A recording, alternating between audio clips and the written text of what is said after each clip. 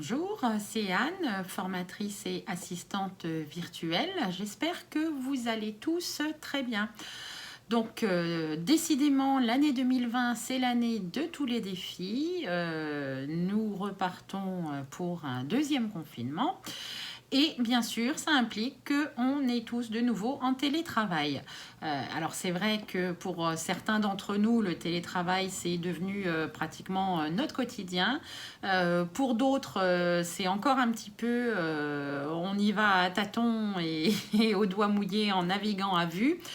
Le télétravail, c'est bien une fois qu'on l'a maîtrisé, mais ça vient quand même avec quelques galères et je vais vous en énumérer 5 qui sont selon moi les plus fréquentes.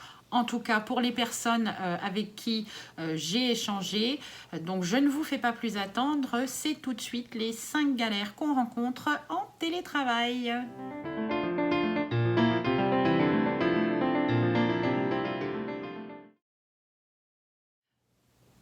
La première galère, c'est l'organisation parce que, bon ben voilà, on est en télétravail, donc on rentre avec son PC portable sous le bras. On ne sait pas tout de suite où s'installer, on ne sait pas encore comment on va travailler. On est un petit peu, bon, on va pas dire sous le choc parce que on s'y attendait, mais c'est vrai que ça va demander pas mal d'ajustements et c'est pas toujours évident parce que le point vraiment le plus difficile quand on passe en télétravail, c'est de comment je vais bien pouvoir m'organiser pour faire mon boulot depuis chez moi. La première question, c'est où je vais m'installer parce qu'on n'a pas tous la chance d'avoir une pièce supplémentaire qu'on peut dédier à un espace de travail. Donc l'important, en fait, c'est quand même vraiment d'essayer d'avoir un espace qui est séparé du reste. Donc ne vous installez pas sur votre canapé, la table du salon. Déjà, vous serez mal installé pour commencer. Donc vous allez pouvoir travailler 1h30, 2 heures avant d'avoir le dos complètement cassé. Et aussi, il y a beaucoup de distractions, tout simplement parce que le salon, à la base, c'est un lieu de détente. Donc forcément, quand on veut travailler dans un lieu de détente, il y a un problème de conflit dans le cerveau qui est difficile à surmonter. Donc on essaye de ne pas s'installer sur la table basse du salon.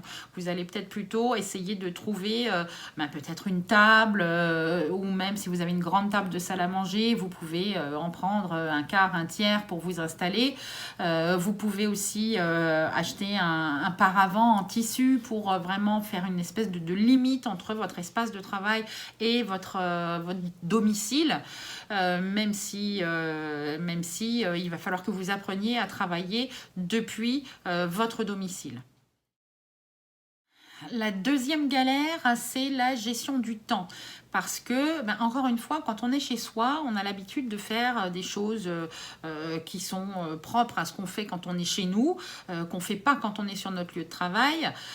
Et c'est vrai qu'on va parfois être tenté à se dire, bon, on va s'installer, et puis là, je vais aller vider le lave-vaisselle, ou je vais mettre une lessive en route.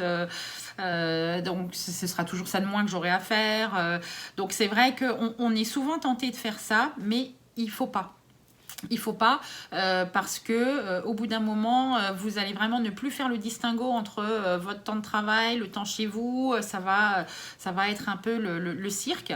Donc, la règle de base, en fait, c'est de garder vos horaires. Si vous commencez à 8h du matin jusqu'à midi, vous avez une pause ensuite d'1 heure, 1h30, que vous reprenez jusqu'à 5h, gardez ces horaires.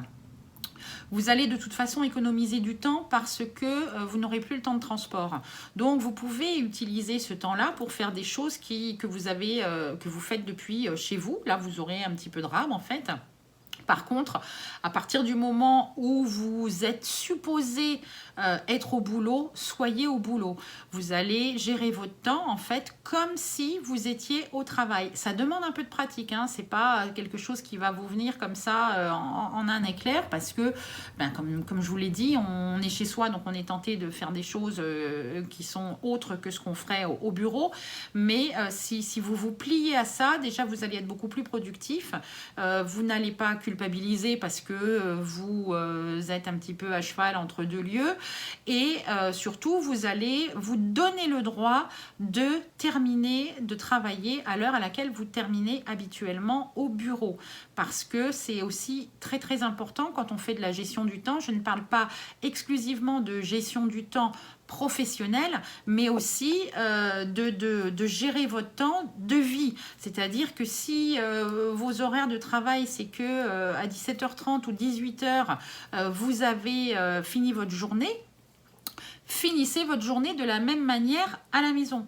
Vous éteignez votre ordinateur, vous refermez votre paravent, vous fermez votre PC, vous faites ce que vous voulez, mais vous quittez le travail. C'est très important parce que il n'y a plus vraiment de frontières entre votre vie professionnelle et votre vie personnelle. La seule frontière que vous pouvez encore avoir, c'est de vous déconnecter au moment où vous devriez vous déconnecter si vous étiez au bureau.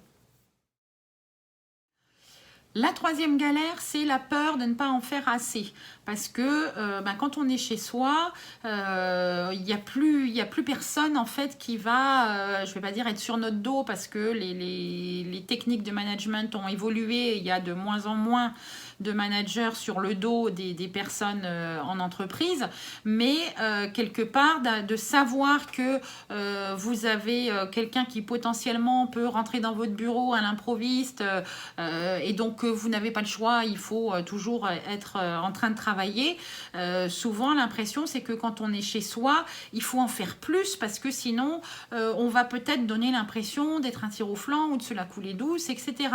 Donc ça, c'est vrai que c'est quelque chose qui va venir avec la pratique, encore une fois. Hein. C'est vrai que les premiers temps en télétravail, vous allez être la tête dans le guidon du matin jusqu'au soir, vous n'allez pas regarder les heures, vous allez manger à votre bureau, ce que vous ne faites jamais en temps normal. Vous allez éteindre votre ordinateur ou simplement le mettre en silencieux pour regarder quand même s'il n'y aurait pas encore quelques emails qui tomberaient vers 20h. Donc ça, c'est un petit peu le commun de tout le monde. Ça viendra avec le temps. Si déjà vous appliquez des règles de gestion du temps, à respecter vos horaires de travail, à gérer vos tâches comme vous le faites habituellement quand vous êtes au bureau, il n'y a aucune raison que vous ayez peur de ne pas en faire assez, puisque de toute façon, vous ferez exactement la même chose que si vous étiez au bureau. Donc l'important, c'est de vous définir des tâches qui soient cohérentes sur la journée, de les accomplir et de plier votre ordinateur à l'heure où vous quittez le bureau en temps normal. Rien ne vous empêche de tenir un petit journal de bord, de dire j'ai fait ça, j'ai fait ça, j'ai fait ça, j'ai fait ça. On ne vous demande pas d'écrire un roman, mais simplement au lieu d'avoir une liste de choses à faire, vous aurez une liste de choses faites. Ça vous permettra déjà de vous rassurer, de voir que vous en faites toujours autant, même si vous êtes chez vous. Et j'imagine que vous devrez peut-être quand même envoyer un reporting hebdomadaire à votre direction. Donc, le fait d'avoir un petit journal de bord quotidien et de noter au fur et à mesure les tâches que vous faites, ça vous facilitera aussi la tâche au moment d'envoyer votre reporting. Donc, n'hésitez pas, faites-vous une liste de choses faites. Quatrième galère, la difficulté à la déconnexion. Ça, c'est directement lié à la galère précédente, la peur de ne pas en faire assez. Vous n'arrivez pas à vous déconnecter, vous n'arrivez pas à fermer votre PC, vous n'arrivez pas à désactiver les notifications parce que vous avez l'impression du fait que vous êtes en télétravail qu'il faut que vous soyez toujours sur le pont. La question qu'il faut que vous vous posiez, c'est en temps normal, même si vous avez vos notifications qui sont activées sur votre téléphone, que vous voyez très bien les emails qui arrivent, etc., qu'est-ce que vous faites? Vous ne répondez pas à vos emails depuis votre smartphone à 22h.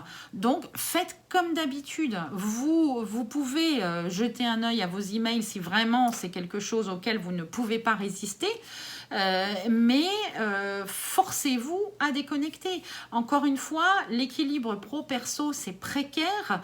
Ne laissez pas votre télétravail finalement déborder sur votre vie perso parce que vous allez ne pas pouvoir vous reposer correctement. Vous allez être finalement constamment sous pression et c'est pas une bonne chose parce que ça n'ira qu'un temps. De toute façon, à un moment ou à un autre, vous serez fatigué et vous ne pourrez plus.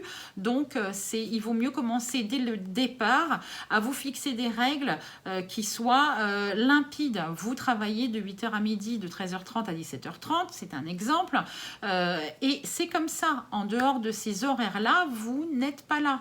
Si vous étiez sur site, vous ne seriez pas là. Vous auriez quitté votre bureau à 17h30. Alors faites-le.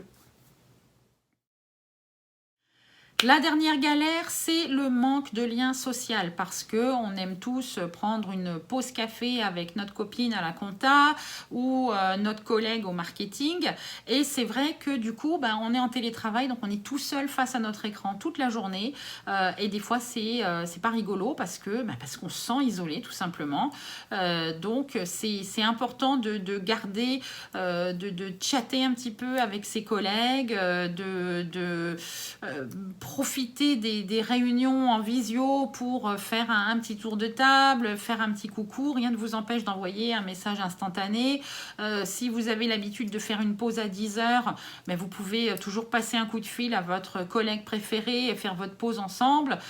C'est un petit peu difficile à gérer parce qu'on passe du coup dans le monde un peu virtuel et en tout cas loin du réel qu'on a l'habitude d'avoir au bureau. Mais il faut essayer de garder ses habitudes en fait pour ne pas vous sentir trop isolé. C'est quelque chose qui est toujours difficile quand on passe d'un mode de travail classique, si on peut dire, où on va voir ses collègues, son manager, son superviseur, son équipe, et que subitement, on n'a plus que notre ordi. Donc c'est le manque de lien social, c'est parfois un petit peu plus difficile à surmonter que le reste, puisque le reste c'est que de l'organisation que vous allez finalement mettre en place assez facilement. Mais c'est vrai que le manque de lien social, on va avoir tendance à pas vouloir appeler, à pas vouloir faire de visio, parce qu'on est chez nous, parce que c'est peut-être pas bien rangé, parce que peut-être on a des enfants, parce que on va toujours trouver une bonne raison, mais au final, gardez-le, ce lien social, ça va vous permettre d'avoir ce sentiment d'appartenance à une entreprise que vous ne pouvez pas vous permettre de lâcher, surtout pas dans une période anxiogène comme celle qu'on traverse en ce moment. Donc voilà les 5 galères que j'ai pu relever lors des nombreuses discussions que j'ai pu avoir avec des collègues ou des personnes qui ont dû subitement passer en télétravail. Ça demande de l'ajustement, c'est pas insurmontable, c'est de toute façon la seule chose à mon avis qui peut sauver notre économie. On ne peut pas se permettre de rester sans rien faire en attendant que ça passe. Donc, comme d'habitude, il faut évoluer, il faut s'adapter. Et comme on est souvent adepte du verre à moitié plein, il n'y a aucune raison finalement qu'on n'y arrive pas. On a toujours su nous adapter et évoluer depuis la nuit des temps. Il n'y a pas de raison que ça s'arrête. Sur ces bonnes paroles, je vous souhaite de bien vous porter, d'être prudent et on se retrouve très vite avec une nouvelle vidéo. À très très bientôt. Ciao ciao.